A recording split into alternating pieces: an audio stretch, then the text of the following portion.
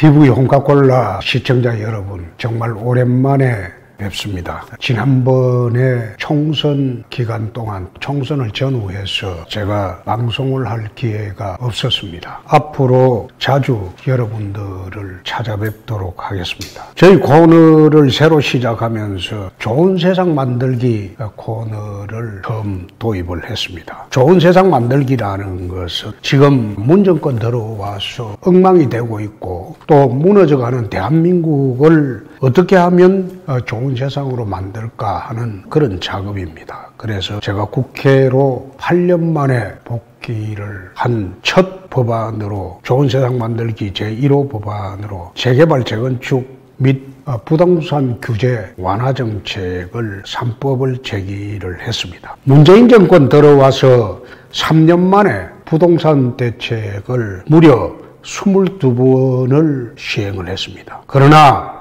부동산 가격 폭등뿐만 아니라 전세 대란은 더욱더 혼란스럽게 하고 있습니다. 문재인 정권의 부동산 대책의 기본적인 방향은 이 좌파 정부이다 보니까 제일 첫째 재개발 재건축을 억제하는 그 정책이 첫째고, 두 번째가 부동산 정세를 통해서 국민들로부터 쥐어짜기 징벌적 과세입니다. 그렇게 하다 보니까 오히려 부동산 시장은 더 혼란스러워지고 폭발적인 폭등세를 국민들이 감당하기가 어려워졌습니다. 그래서 이 부동산 광란은 어떻게 하면 잡을 수 있느냐? 저 개인적인 경험으로서는 96년도 송파갑의 첫 국회의원이 되었을 때 제가 주도해서 잠실 대개발을 해봤습니다. 그 당시에 잠실에는 13평, 7평 반 그런 연탄 아파트 저층, 연탄 아파트가 주류를 이루었습니다. 그래서 거기에 살고 있는 서민들의 꿈이 고층 고밀도로 재건축을 해달라는 것이었습니다. 그래서 96년부터 제가 주도를 해서 잠실 대개발을 한번 해봤습니다. 사실 지금 잠실은 강남보다 더 살기가 좋아졌죠. 13평짜리 7평 반짜리 연탄 아파트들이 전부 초고층 고급 아파트로 변신을 하고 집 앞에까지 지하철이 들어오는 그런 주거 환경이 서울시에서 제일 좋아졌습니다. 이때 잠실 대개발을 추진을 하면서 사실 2만 세대가 넘는 아파트가 2만 한 6천 세대로 늘어나면서 지금의 잠실은 정말 쾌적하고 살기 좋은 그런 잠실이 되었습니다. 두 번째, 2001년도부터 2012년도까지 11년 동안 동대문에 가서 동대문 대개발을 주도를 했습니다. 전농 답심리 뉴타운을 비롯해서 그 당시에 전농동 답심리 장안동에 재건축을 60여 곳을 재건축을 하고 청량리 588 집창촌을 폐지하고 그 지역을 균형발전 촉진지구로 지정을 해서 지금에서 그것이 현실화돼서 65층 초고층 빌딩들이 11개 동이 지금 올라가고 있습니다. 말하자면 강북의 중심이 되는 그런 동대문이 되어가고 있죠. 그래서 제가 드리는 말씀은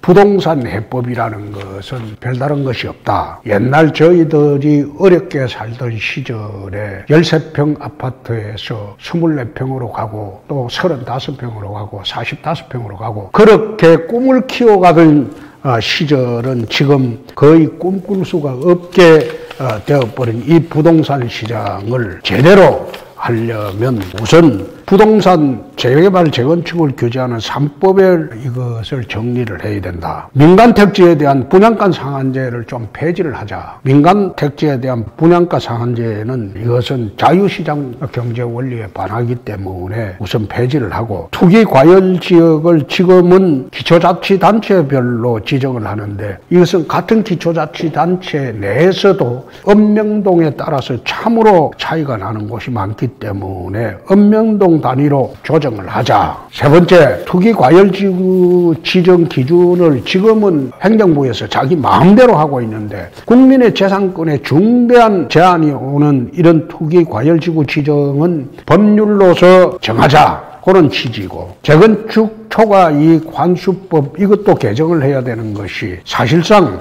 재건축 초과이익 환수는 미실현 소득에 대한 실질적인 과세와 다름없는 것이기 때문에 이것은 실현되지 않는 이익에 대한 과세라는 개념으로 봐서는 부당하다. 그래서 이런 경우에는 가능하면 과세를 안 하는 것이 또 맞습니다. 재건축 부담금을 2025년까지 코로나 경제가 극복될 때까지 한시적으로 유예하자는 그런 법안도 제출을 했습니다. 세 번째, 도시 및 주거 환경법 이걸 정비를 해야 되는 것이, 지금은 재건축이 실행이 되려면 안전진단 기준을 이 정권은 또 더 강화를 해버렸어요. 그렇게 사실상 재건축을 못하게 해버렸는데, 재건축의 요소는 안전진단뿐만 아니라 건물의 낙후 그리고 모든 경관 이런 걸 다 고려를 해야 되는데, 오로지 안전진단만 강화하는 것으로 재건축을 막는 것은 옳지 않다. 그래서 재건축을 좀 수월하게 할 수 있게 하기 위해서 이 부분도 개정이 필요하다. 그리고 재건축 시에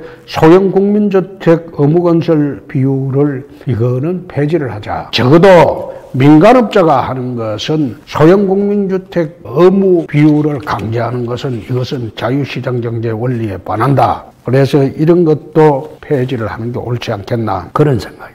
전셋값이 또 폭등을 하고 있습니다. 전셋값이 폭등하는 것은 주택 소유자에 대한 세금 규정이 강화되니까 그것이 전부 전세 들어가는 서민들에게 정가가 되는 겁니다. 소위 조세 정가라는 것은 부과되는 그 당사자가 자기가 세금을 부담하는 것이 아니라 다른 데 세금을 퍼넘기는 겁니다. 그래서 이런 조세 정가 때문에 정말로 서민들이 어려워져 가고 있습니다. 그래서 정부가 가능하면 주택정책을 자유시장 경제 원리에 맡기고 공급을 확대하고 강북 대개발을 통해서 강북의 도시를 전부 도시기본계획을 새로 만들어서 재개발, 재건축함으로써 공급을 확대하는 것이 맞지. 서울시 주변에 그린벨트를 풀어서 무분별한 도시 확산을 계속 시도하는 것은, 새롭게 도시 확산이 되면 거기에 도로, 철도, 전철 전부 새로 놔줘야 되기 때문에 전체 국가적으로 보면